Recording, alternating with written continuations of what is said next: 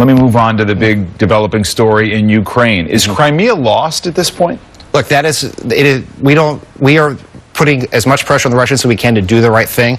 We have given them the opportunity and the path to de-escalate and get this in the right place, because they know that there are costs to their action here. The costs are economic.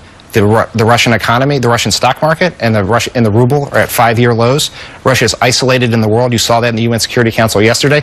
And the more they escalate, the longer this goes, the greater those costs will be. So if Crimea votes to become part of Russia, there's still a concern that there might be an attempt to move into eastern Ukraine, maybe even militarily move into Crimea further. Do you think that's going to happen, starting with Crimea? Well, first, as it relates to the referendum, as we've said, this referendum is in violation of international law. The United States is not going to recognize the results of that referendum.